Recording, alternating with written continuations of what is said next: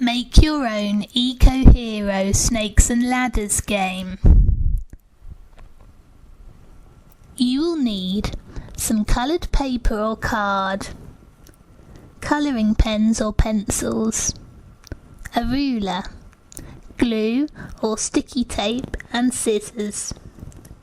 You can also use white paper or card for your game board, but this is optional.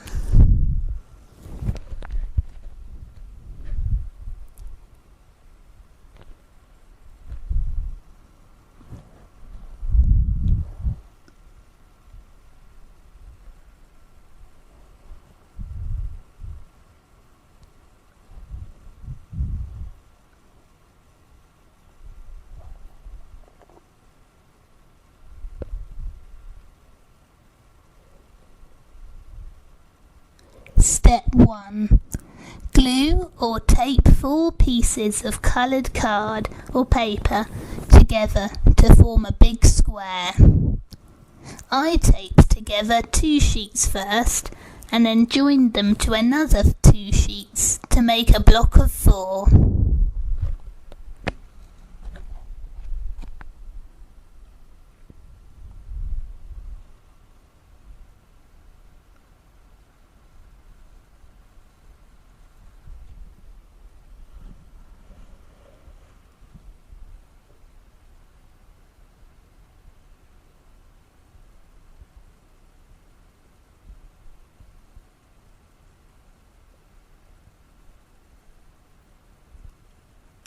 When taping your card together, you could also make the tape join quite loose, so you can fold the 4 pieces of card together to make your game portable and easy to store.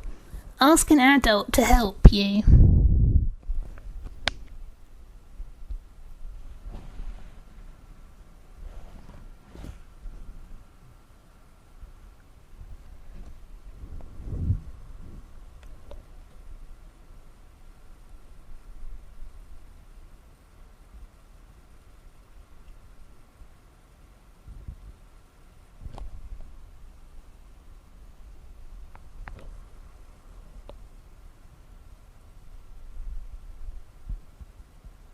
Step 2. Stick 4 pieces of paper or card on top of your existing game area. This could be white plain paper or a different colour paper to the original layer. Lighter colours will work best, so our drawing on top will show clearly.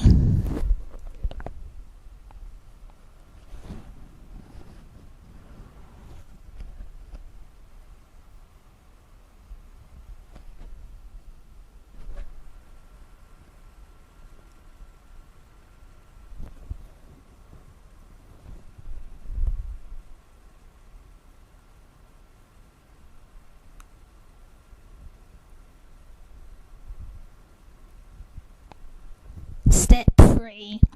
Draw a grid of squares on the paper. I found 50 squares works best.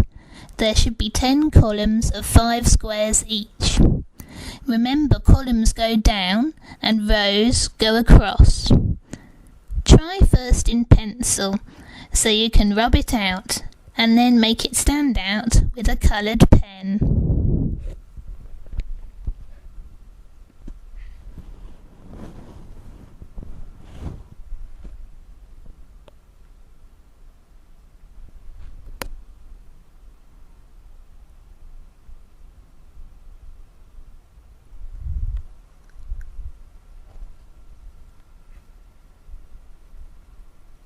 Step 4. Decorate your start and finish squares. Start needs to be in the bottom left corner. Finish needs to be in the top right corner. Label the start square 1 in the right hand corner of the square. Label the finish square 50 in the right hand corner of the square.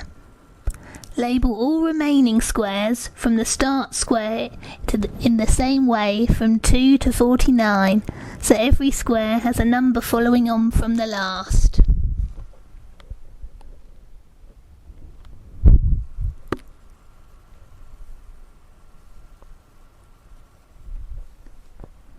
Step 5. You now need to draw your snakes and ladders.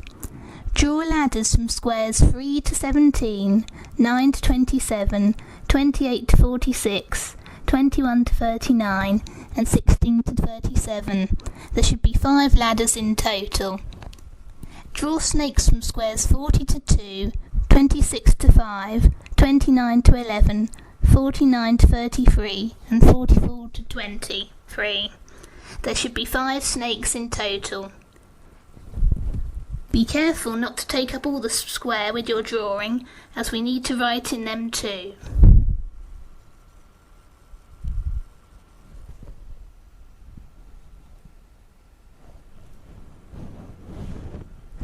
On each square that has a bottom of a ladder, you will need to think of a good environmentally friendly activity that could help in the town where the Gadgeteers live. Write them in the 5 squares where the ladders start. Have a look at the examples to get an idea. Remember, when you land on a ladder square, you go up the ladder, improving your chances of winning the game.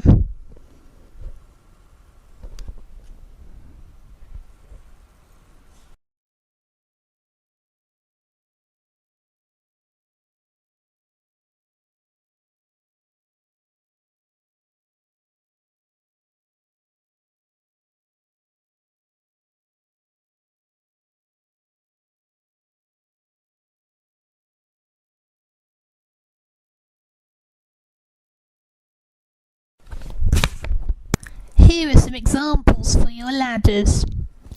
No more harmful chemicals are used on the town's flower beds, therefore bees and other insects can use the flowers for pollination.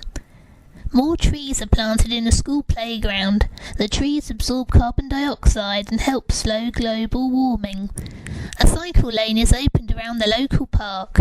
More people can cycle to work and school safely, leaving cars at home. Solar panels are installed at the community centre. Power can be stored to be used on cloudier days instead of relying on other electricity sources.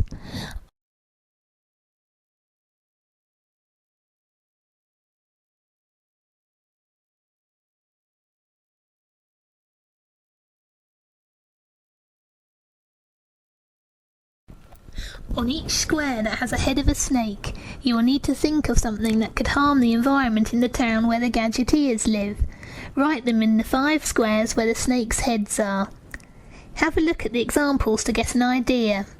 Remember, when you land on a snake square, you go down the snake, meaning you'll have to have perseverance like Gadgeteer Ajay. That means to keep trying to reach your goal. Ajay would never give up in a game of snakes and ladders.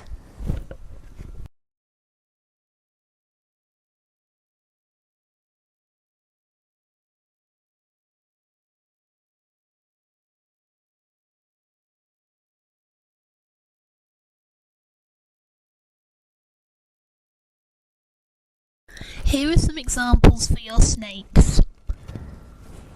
Roadworks are causing traffic jams in town, so the non-moving cars are releasing more harmful gases into the air. Some stinky slime leaked into a local river and all the fish had to be rescued so they didn't try and eat the smelly slime. The local recycling centre closes, so none of the town's rubbish can be recycled. New houses are built in an area which used to be woodland.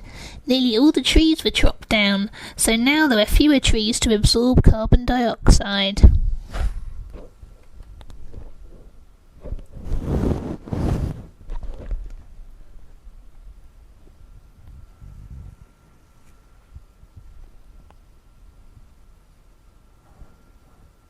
Step 6. Now we need to make a dice and counters. For the counters, decide how many people will be playing and draw a small square for each of them on a spare piece of paper and decorate them. They can be any sort of character you like: animals, people, or even monsters and aliens. Cut out your counters, asking an adult to help you. For my counters, I've drawn a dog, a cat, a tortoise, and a goldfish.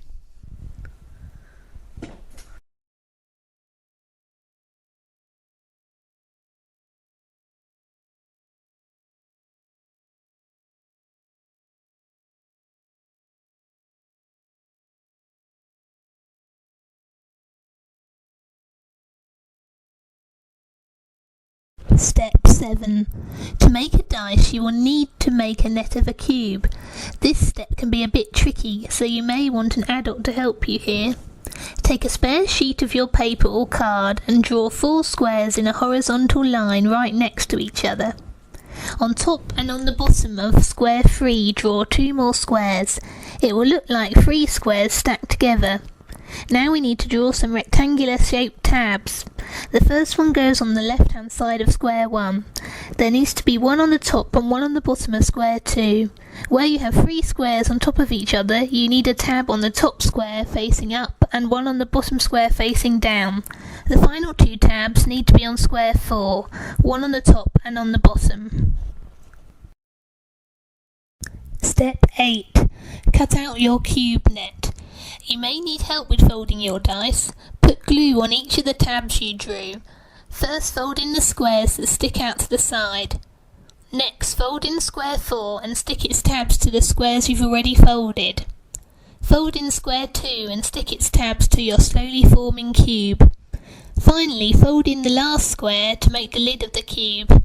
Make sure each side is stuck together properly. Label your dice so one side has 1 dot, one has 2 dots, one has 3 dots, one has 4 dots, one has 5 dots, and one has 6 dots.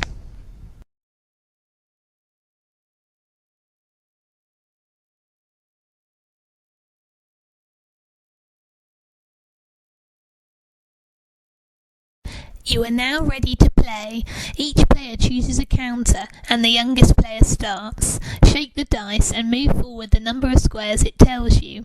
Watch out for the slippery snakes, which will slow your progress, and race up the ladders to get a head start on your opponents. Remember your perseverance when you land on a snake. You can always climb back from the bottom to the top. If we are kind to the environment, then the environment is kind to us. Good luck, and remember it's the taking part that counts.